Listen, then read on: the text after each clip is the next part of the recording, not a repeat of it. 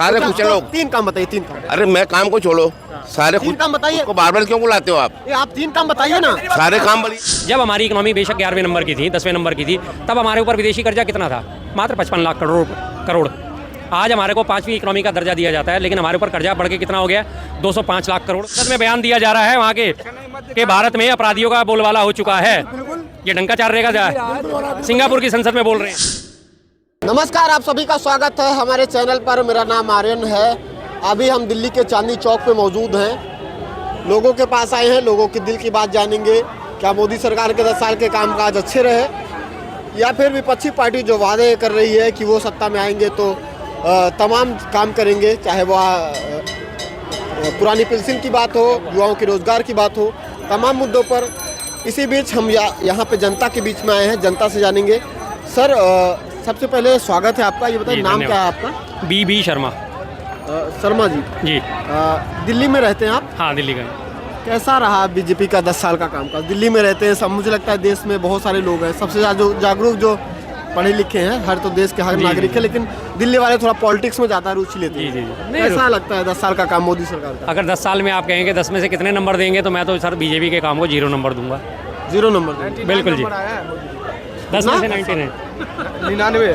10 में 9 नंबर आए हैं उनके। 10 में 9 जी। ये तो कह रहे 9 देंगे। कोई बात नहीं साहब, वो उनकी सोच है, वो उनकी सोच है। सब कुछ पता है कि मोदी जी ने बहुत अच्छा काम किया है। बोल रहे हैं, हंस रहे, देखो हंसने की सवाल नहीं समझते हैं। क्या अच्छा काम क्या बताइए? क्या इनको पता है? शर्मा जी को हंस रहे हैं। इन्होंने ये 1 नंबर बोले कि 1 नंबर देंगे हम।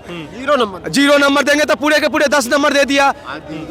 0 के आगे 1 लगा दो ना, 10 हो जाएगी ना। तो ये पूरे के पूरे 10 नंबर दिए मोदी जी को। मोदी आप कितने नंबर देंगे? पूरे हम 10 का 10 दे रहे हैं। 10 के 10 जी। अच्छा, क्या काम? 2-4 काम बताइए ना। देखिए, देश में बहुत काम हुआ है।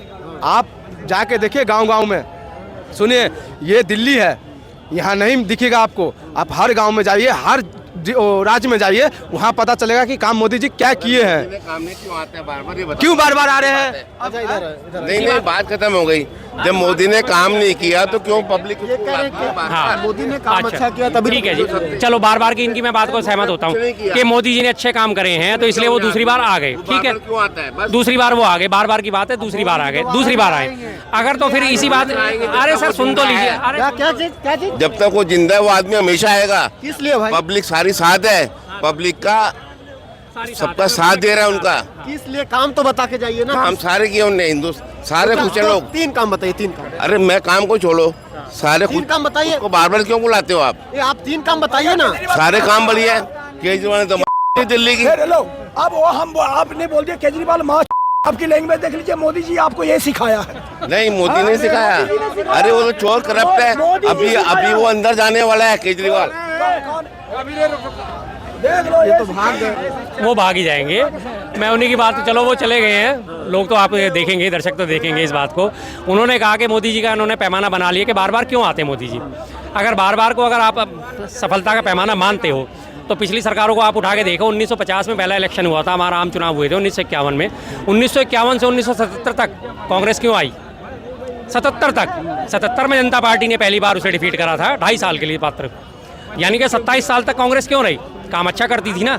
जिसके अगेंस्ट हमेशा मोदी जी कहते हैं कि कांग्रेस ने 70 साल में किया क्या, तो इसका मतलब वो अच्छे काम कर रही थी, तभी रिपीट हो रही थी ना। पहली बार सत्ता से बेदखल हुए, जनता पार्टी की सरकार आई 77 में। 80 में फिर वो बेदखल हो गए, चुनाव हुए, इंदिरा गांधी जी ने फिर वापसी करी। 80 से 84 तक फिर इंदिरा गांधी जी का शासन रहा। ठीक है, 84 के बाद से 79 तक फिर लगातार शासन रहा। 89 में वीपी सिंह जी की सरकार ने थोड़ी सी दिलाई। 91 में वो फिर वापस बाहर हो गए, 92 में। उसके बाद फिर सरकार वापस कांग्रेस की आ गई। आई या नहीं आई? अच्छे काम करे थे तभी तो। अब उन्हीं की बात है, वो रुकते तो फिर मैं उन्हें इस बात को समझाता ना। लेकिन वो लोग इस बात को नहीं समझेंगे।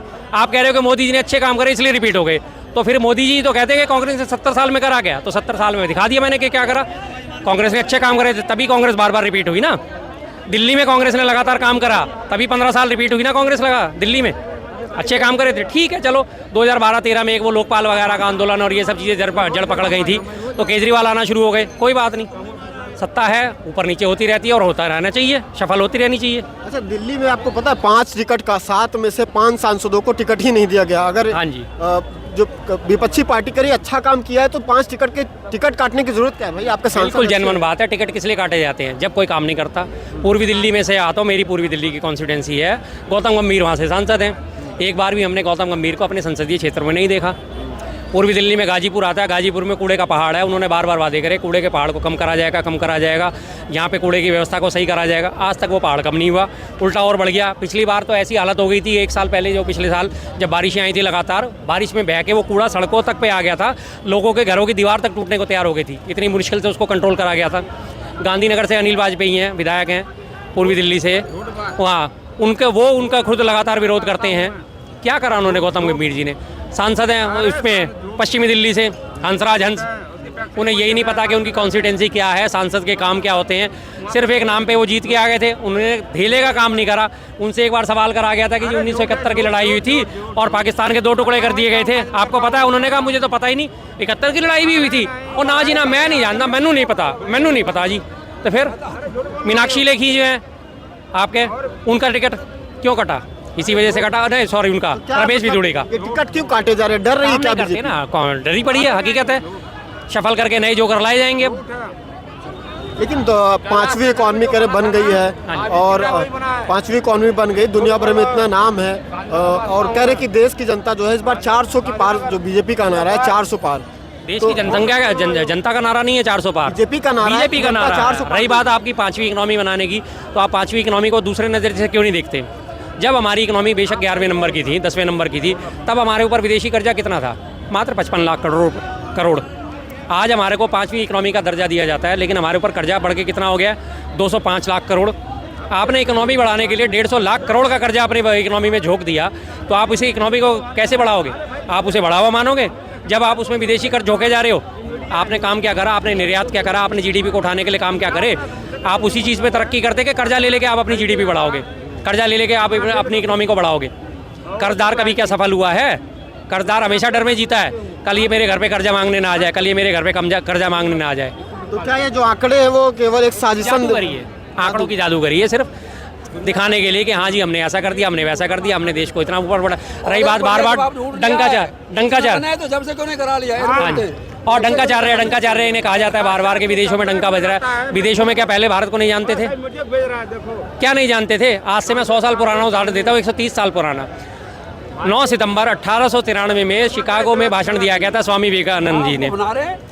स्वामी विवेकानंद जी ने, तब ना कोई इंटरनेट का युग था, ना कोई टेलीग्राम ढंग से चलते थे, ना कोई पत्राचार इतने होते थे, लेकिन आज से 130 साल पहले भी भारत का डंका विदेशों में बजा या नहीं बजा? जब अमेरिका में शिकागो में उन्होंने भाषण दिया, उन्होंने स्वामी विवेकानंद, तब क्या हमारे भारत का डंका नहीं बज रहा था? बज रहा था ना, तब भी लोग देश को जानते थे ना। तो कह रहे हैं कि उस समय की बात अलग थी, अभी क्या है कि मोदी जी जहाँ जाते हैं जलवा रहता है मोदी जी का जलवा रहता है। हाँ बिल्कुल, बाइडेन से जाते हैं, गले मिलते हैं, बिल्कुल व्हाइट हाउस में, पार्लियामेंट में जाते हैं, ठीक है, व्हाइट हाउस में जाते हैं, गले मिलते हैं। तो ये काम तो पहले भी होते थे, जो भी हमारे अध्यक्ष होते थे। अगर हमारे प्रधानमंत्री इंदिरा गांधी जी भी जाती थी, उनके साथ भी यही बर्ताव होता था। और आपने देखा होगा ये वो उसकी कैनेडी की फोटो आपने देखी होगी, वीडियो देखी हुई, कैनेडी बाकायदा राजीव गांधी जी का छाता लेके चल रहे थे। क्या ये इज्जत नहीं थी? मनमोहन सिंह जी को खड़े होते, एक छोटी सी वीडियो दिखा देता हूँ मैं आपके चैनल पे, मनमोहन सिंह जी का जलवा और मोदी जी का जलवा। अब ये क्या कर रहे हैं बिना सबूतों के काम? हाँ जी, सबूत, बिल्कुल सबूत है, मोदी जी का जलवा और उनका जलवा भाई कल्चर के किस तरह से? देखते हैं। हाँ जी, जिसे कहा जाता है कि मोदी जी का जलवा है। अभी दिखा देता हूँ कि मोदी जी जब बोलने के लिए खड़े हुए तो क्या हुआ। करना वो भी जानते रहे सदा से। हाँ जी, नेट स्लो आ रहा है सीधा। नौकरी मिलते हुए हमको भैया सुनते हैं खाली अखबारों में जी जी, नहीं छोड़ना नहीं है सर, दिखाना जरूरी है। सुनो, जब चीन ये चीजें छोड़ने वाली नहीं होती। था, रूस ने मदद नहीं की, जो ना कैनेडी से निकाल रहे हैं क्या वीडियो? नहीं, ट्विटर पे है। मोदी जी का डंका देखिए कितना तगड़ा बज रहा है। सिंगापुर की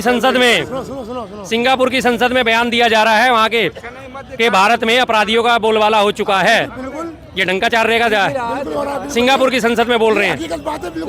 ये भी कल की बात है, ये डंकाचार्य का डंका है। आज तक सुनो अगला दिखाता हूँ अरे आपको। तो वो तो क्या विदेशी हैं भाई, भारत को बदनाम करने के लिए करेंगे नहीं। अब वो विदेशी भारत को बदनाम, तो वही विदेशों में फिर डंकाचार्य का डंका किस लिए? मतलब डंकाचार्य का डंका बजे तो ठीक है, विदेशी सच बोल दे तो वो भारत को बदनाम करने की साजिश है। हैं? जेपी वाले कहते हैं भाई हाँ। विदेशी साजिश में लगे देने के लिए राहुल को जी? बुलाया था तो पप्पू है हमेशा से भारत को बदनाम करने की अभी साजिश करते हैं। जो सच बोले वो झूठा है इस देश के अंदर, जो सच बोलेगा वो झूठा है, उसके ऊपर आरोप इतने लग जाएंगे कि बेचारा निकल ही नहीं सकता वो इस तरफ से, समझे?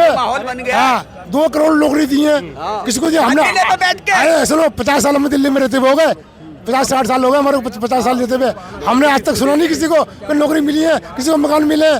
सब खबरों में आती है सब बातें, ये क्यों आती है भाई खबरों में? Make in India, skill India चलाए तो हैं, क्या फायदा उससे, हमें क्या फायदा इन बातों से? तुम चलाओ सब बेच बेच के खा जाओ लगाई जाओ, ये क्या बात हुई है यार? भैया तुम इतने करो सारे खा जाओ। हरियाणा में फोटो खिंचवा लिया योगी ने और मोदी ने, कह ये दिया देखिए, ये कि हमने वीडियो। देखो कितना क्वार्टर दिए, आता पता नहीं, एक मिनट जरा चालू हो जाए। कहाँ के फ्लैट।